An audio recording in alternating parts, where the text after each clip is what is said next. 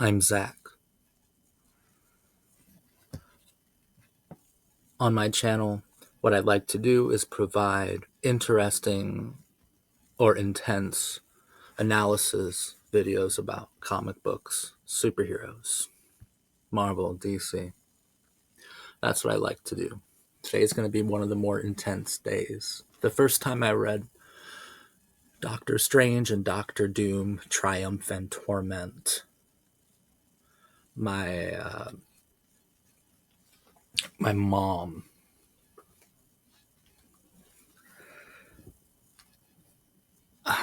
was damn, this is fucking difficult. So, okay, it's going to be personal. The first time I read Triumph and Torment, my mom had recently relapsed. She was a she was a drug addict. She had recently started hanging out with her old friends again and started getting back into drugs. And shortly after I finished Triumph and Torment, she had died of an overdose. I was about 20, 21. And then after she died, I just watched a lot of like Terrence Malick movies, and those really helped me with the passing. The Triumph and Torment, that that story haunted me, and it still haunts me to this day.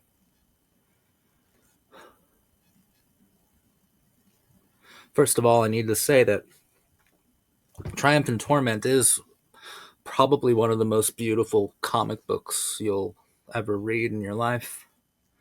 It feels like a classic gothic novel. Hell, fuck that. It feels like if Dante wrote Superman. It feels extremely special because it is extremely special. Roger Stern, Mike Mignola. Nothing looks like it, nothing reads like it, nothing feels like it. It's the story of Doctor Strange teaming up with Doctor Doom to go to the Nether Realm to confront Mephisto in order to release Doctor Doom's mother's soul. What occurs in hell is the beautiful part of it, the beautiful tragedy of the whole piece. Mephisto eventually bargains with Doctor Doom, saying, if you betray the Sorcerer Supreme, if you betray Doctor Strange, I will give you your mother's soul. I will free her to you. So Doctor Doom does that, and he tricks everyone. He tricks me. He tricks Doctor Strange. He tricks Mephisto. As he's walking away with his mom after setting her free, she's like, "What? You did a despicable deed. You're disgusting. You're not my son. I don't like it. You're not of me. You are despicable." Then she turned to stone. And Doctor Strange was able to release himself from the confines that Doom and Mephisto had placed him in, and finds this contraption on his hand, on his palm. And he realizes that Doom put it there, so the betrayal was a sham. Then together, Strange and Doom defeat Mephisto, and Doctor Strange figures it out that Doom not only wanted to free his mother, but he wanted his mother to earn her redemption. He wanted to win completely and totally. Doom wanted to face the devil and deceive the master of deception. By disowning her son, Doom's mother redeemed herself. Mephisto had trapped her soul inside of the stone. Strange and Doom freed it in a blaze of white glory. Sacrifice his mother's love for him, for his mother's salvation, for her soul. That is remarkably beautiful. and really clever. Of course, Triumph and Torment I think is so special because we get to see this brief partnership between two enigmatic Marvel characters, Master of Magic, Master of Tech. And we really get to see a sensitivity inside of Doctor Doom, inside of this despotic ruler of Latveria. We get to see not just a hidden sensitivity, but an all consuming sensitivity. Doctor Doom comes undone and then puts himself together and refuses to associate with Strange anymore now that he had accomplished his goal. He builds up that wall again. But for that time when they're in hell, in the netherworld, in the nether realm, they are partners. And you see different sides of Strange. In fact, the entire scheme of Strange, deceiving Mephisto, having his mother earn redemption, saving Strange, yeah, that is entirely revealing of this remarkable sensitivity within Doctor Doom, within one of Marvel's greatest supervillains, and it's just so striking. I don't know, man. Like, do you sometimes believe in fate or serendipity or some sort of guiding presence, hand, you know, orchestration of the elements? Like, do you believe in something like that? Because sometimes I do, even though I'm super cynical. Like, I feel like when I read this novel, this this beautiful graphic novel for the first time, um, Doctor Doom and Doctor Strange were preparing me for my mother's death, which was like the day after I finished it for the first time. Like, they were preparing me for it. And it helps that my mother, like Doctor Doom's mother, uh, had made mistakes, had not been well liked or adored by almost anyone. She lived the checkered existence of a junkie. But I feel like she could earn the same sort of redemption. I feel like she could earn redemption. I should include here that Doom's mom was in hell because of a bargain that she had made with Mephisto. Mephisto had given her all the power she needed to help her people, but none of the control. And Doom's mother ended up being responsible for a lot of deaths, like a lot of completely like irredeemable deaths, like babies. She had no control over her power, and she was stabbed to death by a dying guardsman. I felt like it was preparing me for my mom dying. Like, my mom had no power over the drugs she was using, right? Like, she'd given her power away to hard drugs. She'd given her power away to it, and like she did it for a release. But just like Mephisto, the drugs gave her a release from life itself. You know, a release from, like, at first a release from friends, a release from family. Like, a lot of people stopped associating with her, and I had stopped interacting with her as well, until eventually this bargain she had made um, with drugs released her from her commitment to life itself, and she died. Right? Like, I sometimes I believe that certain comic books are put here to help certain people at certain times. Those times can be morbid, or those times could be blissful, right? But I feel like we come across pieces of art sometimes when we most need them, but we don't realize that we need them yet. It's magic. It's something magical. It's something wonderful. And I feel like when I first interacted with Triumph and Torment in my early 20s, Doctor Doom and Doctor Strange, Mike Mignola and Roger Stern, Marvel Comics, they were preparing me for a tragedy in my own life. They were preparing me for my own mother's death. And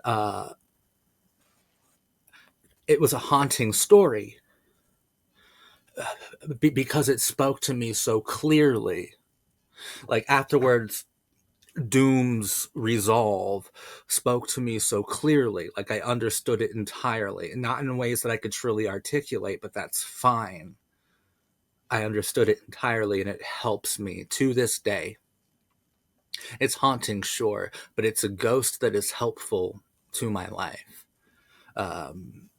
to closure, to provide you with some sort of more standard analysis. It's a beloved comic book because the art style is beautiful. The writing style is epic and gothic in its scope. And we do a bit of a character study of a supervillain who is notoriously difficult to penetrate psychologically and emotionally. And Triumph and Torment does both with remarkable skill and remarkable depth. It also allows us to peer inside of Strange's vulnerabilities, or at least we get to feel the pain of Doom through Strange, because Doom's pain is, I think, for some people reading this story, it's too it's too pure to really take in all at once, and we need Strange's interpretation of events, and Boris, Doom's servant, like Boris's interpretation of Doom's behavior. We need that to kind of filter Doom's pure sorrow. Like there's so many amazing writing devices in here, and I think it's a rather fascinating book in its own right. You can see how it's so influential. You can see how people still love it. You can see why people still rave about it to this day. Like the power isn't lost. It's if anything, it probably gets more and more powerful because nothing feels like this book. This book doesn't feel like 1989.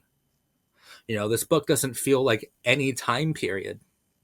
This book feels entirely unique, and I'm always wary of people who say like, "Oh, this is such a unique work," because normally it isn't. But Triumph and Torment is one of the most unique comic books that you could ever read. There's something special that happened here. There's something one of a kind that happened here, and you can't recreate the arcane magics that that comprise this book. It's beautiful stuff. And it's also, I've never, like, Mephisto. This is the best representation of Mephisto. Easily the most interesting Doctor Doom story you'll ever read. And Doctor Strange, I believe, has more interesting tales, but that's fine. He's not the emotional core of this book. The emotional core of this book is like, that's the hidden weapon of it. The emotional core is Doctor Doom, this ice cold villain. That's the emotional, raw, fiery core of this book. But Doctor Strange is is wonderfully characterized and developed through this book. It's definitely not Doctor Strange's finest hour or most captivating story. That belongs to Doctor Doom, and I think Mephisto, it's his best story as well. It's when I find it to be most intimidating, most cruel, most outrageous, and also most pathetic. Most petty and scandalous. Just everything the book does is perfect. From the Genghis at the beginning, like the atmosphere of this book is it engulfs you, man. Like, and I love the atmosphere. Like I said, it's so unique. Can't quite get a handle of it because it's just so ethereal, and I love that. I love that very much. But Triumph and Torment, the reason why I will never let it go is for intensely personal reasons that I'm sure I'm not the only one who feels this stuff, right? By the way, like, I'm not the only one. I'm far from the only one. Comic books speak to us on very secretive, emotional, and spiritual levels that I think most of us aren't even really aware of. But those of us who are aware, we truly understand the power of a great comic book. And the power of Triumph and Torment is, I don't know, unmatched in a lot of different ways. It's not one that I can revisit often, though, for understandable reasons. I reread it for this video, and yeah, it's absolutely beautiful, but it's overwhelming for me at this point. It's not one that I can revisit. I can't say it's a comforting story for me. Its psychology is comforting to me. The idea that that wayward mothers could earn their redemption in spite of the devil himself, like that's comforting. You know, as comforting as that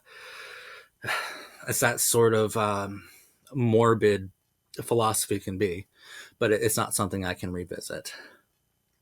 But it's certainly a video I definitely had to make a video about. This book is worth celebrating. It's worth analyzing. It's worth investigating. It's worth reading. I just I just don't trust myself to say anything more about it. Thank you for watching my video.